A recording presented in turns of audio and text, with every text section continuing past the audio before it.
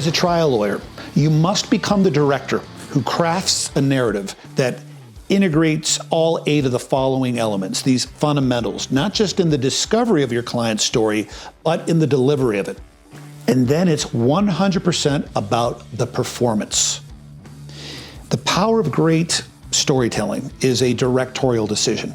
This video highlights each of the 8 fundamentals of breakthrough communication that I write about in both of my books. Fundamental 1, the most important juror, that's you. Fundamental 2, from victim to victor. Fundamental 3, flip the script.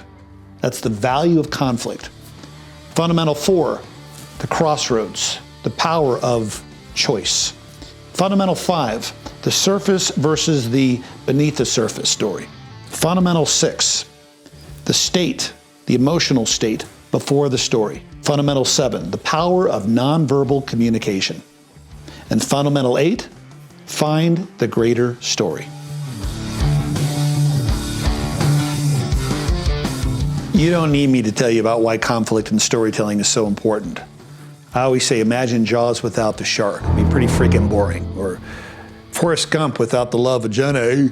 Star Wars without Darth Vader. I mean, conflict drives a story forward. Conflict reveals character. Conflict keeps the audience wanting more and more and more. What's going to happen?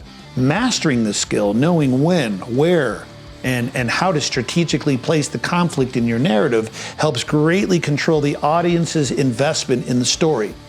In the theater world, we call it raising the stakes. A great director is always on the lookout for how they can raise the emotional stakes in the story. But no kidding, right? You already know this. Beginning and opening with the 911 call immediately creates the conflict. But then, so does an opening beginning with joy, if you do it right. The kind of conflict I'm talking about goes a lot deeper.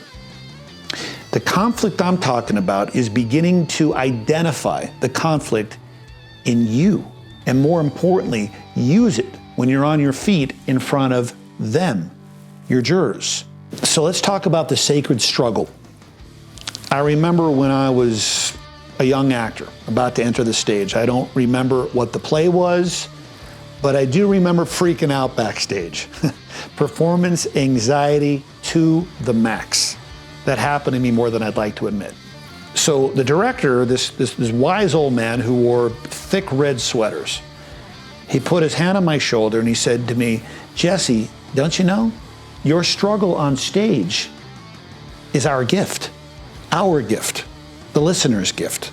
Powerful words that have lived deep within me ever since. The struggle doesn't ever quite feel like a gift to the man or the woman in the arena, of course, but the struggle is always your listener's gift. Why? Picture your client trying to get out of their chair and moving to the walker across the room. Picture them painfully digging their palms into the sides of the chair, trying to summon the strength to wobble to their feet, if only for a few seconds. Seeing someone engaged in the struggle, there's an instinct within most of us that cannot help but want to try to help that person get out of their chair.